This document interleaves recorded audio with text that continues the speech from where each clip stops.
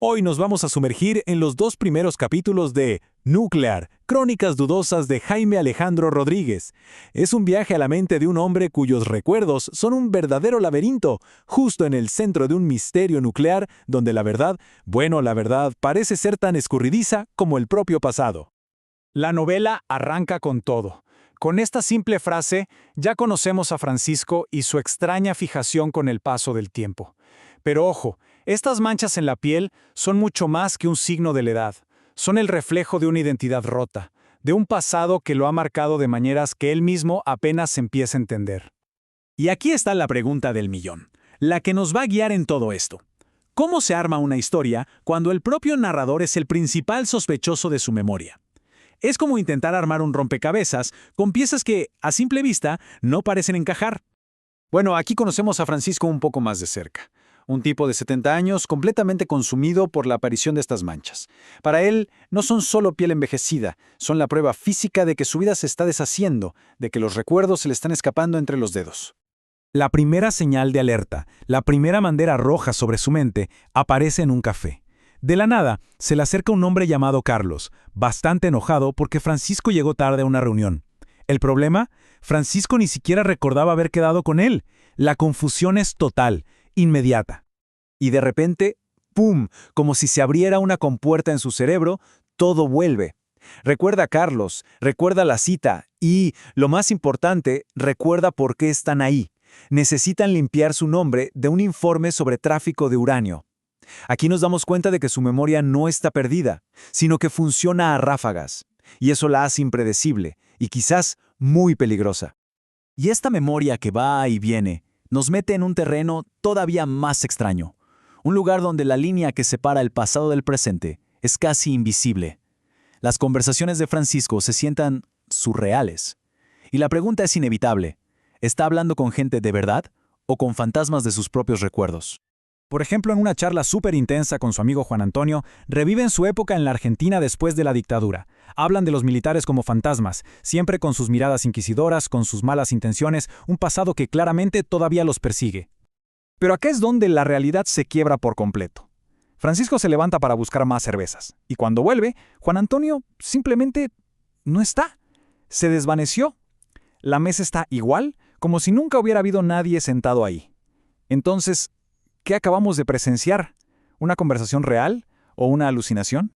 La única prueba física que queda de ese encuentro es esta nota. Fantasmas del 86. Ojo, no olvidar. Es una especie de ancla a la realidad que, irónicamente, solo hace el misterio más profundo. ¿Es un mensaje de Juan Antonio? ¿O es una nota que Francisco se escribió a sí mismo? Un intento desesperado por no olvidar. Y uno pensaría que fue algo de una sola vez, pero no. El patrón se repite. Más tarde, Francisco tiene otra conversación larguísima y llena de detalles, esta vez con un colega llamado Jorge en un hotel. Hablan de su trabajo, de ciencia, todo parece 100% real. Pero el golpe de realidad es brutal. Cuando pregunta por Jorge, el recepcionista del hotel le dice, así, sin más, no sé a quién se refiere, usted entró solo. Esto nos lo deja clarísimo. No podemos confiar en Francisco como narrador. Su mente es un laberinto lleno de fantasmas y realidades a medias. Ok, vamos a dejar por un momento el presente tan confuso de Francisco para viajar a su pasado. Un pasado que, a diferencia de ahora, era fascinante y muy concreto.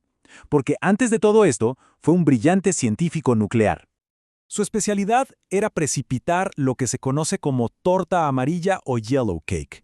Básicamente es el nombre que se le da al dióxido de uranio, un polvo amarillo que es un paso clave para procesar el uranio. Él mismo lo describe como ser una especie de alquimista moderno, transformando minerales en la base de la energía nuclear. Todo este proceso que se ve acá, el ciclo del combustible nuclear, era su mundo. Francisco trabajaba en el Instituto de Asuntos Nucleares y su labor era una pieza fundamental en la investigación nuclear de su país, desde que se sacaba el mineral de la tierra hasta que se gestionaban los residuos. Y llegamos a un año clave, 1986, un punto de inflexión total. Para Francisco, es un año de una alegría personal inmensa, pero para el mundo es el año de una catástrofe que lo cambió todo. La novela contrapone estos dos mundos de una forma increíble. Miren qué locura esta línea de tiempo. Mientras Francisco y su prometida Janet discutían sobre las flores de su boda el 26 de abril, el reactor de Chernobyl explotaba. Mientras ellos iban a buscar sus trajes de novios, la ciudad de Pripyat era evacuada por completo. Y mientras celebraban su luna de miel, la radiación ya se detectaba en lugares tan lejanos como Japón. Es un contraste brutal, vivir en una burbuja de felicidad mientras el mundo se enfrentaba a un horror de esa magnitud. Y esta frase lo resume todo a la perfección. Como le dice Janet a Francisco, su historia de amor y felicidad corrió en paralelo a una historia de horror y devastación. Esa dualidad es clave para entender la carga psicológica que Francisco arrastra hasta el día de hoy. Bueno, volvamos al presente, porque el pasado de Francisco ya no es solo un montón de recuerdos borrosos. Ahora es una investigación activa. Y una vieja conocida, una periodista, trae una nueva amenaza directamente a su puerta. Y aquí vemos el choque de dos mundos, de dos perspectivas sobre quién es Francisco. Para sí mismo, él es un hombre acosado por su memoria y por un cuerpo que envejece. Pero para la periodista, Marcela, él es un exingeniero nuclear, un escritor y, lo más importante, una persona de interés en un caso sobre bombas sucias. El mundo lo ve de una forma muy distinta a como se ve él. La razón por la que Marcela lo busca es que está preparando un reportaje sobre el 40 aniversario de Chernobyl. Quiere entrevistarlo. Y así, de repente todo se conecta. El recuerdo de su boda en 1986, la catástrofe mundial y la amenaza actual de las bombas sucias. En esta historia, todo vuelve. Y esto nos lleva a un giro final muy interesante en estos primeros capítulos. El hombre que parecía confundido y pasivo, de repente decide tomar las riendas. Francisco, el hombre perseguido por sus fantasmas, ahora intenta convertirse en el autor de su propia historia.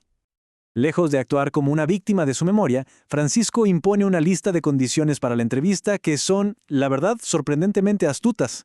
Pide que haya terceros presentes, que solo se grabe el audio, tener control total sobre la edición final e incluso se ofrece a coescribir los guiones. De repente, el hombre confundido parece mucho más calculador de lo que creíamos. La propia periodista, Marcela, lo expresa perfectamente. Dice que no puede conectar al joven conversador y apuesto que conoció hace años con este hombre de ahora, que se ve desgastado, receloso y desconfiado. La pregunta que queda en el aire es, ¿qué le pasó a Francisco para cambiar de una forma tan radical? Y con esa duda cerramos este primer vistazo a la novela. La gran pregunta que nos deja es si al intentar contar su propia versión de la historia, un hombre puede finalmente separar la verdad de una memoria tan manchada como su propia piel, o es solo un intento desesperado por reescribir un pasado que quizás es mejor no recordar.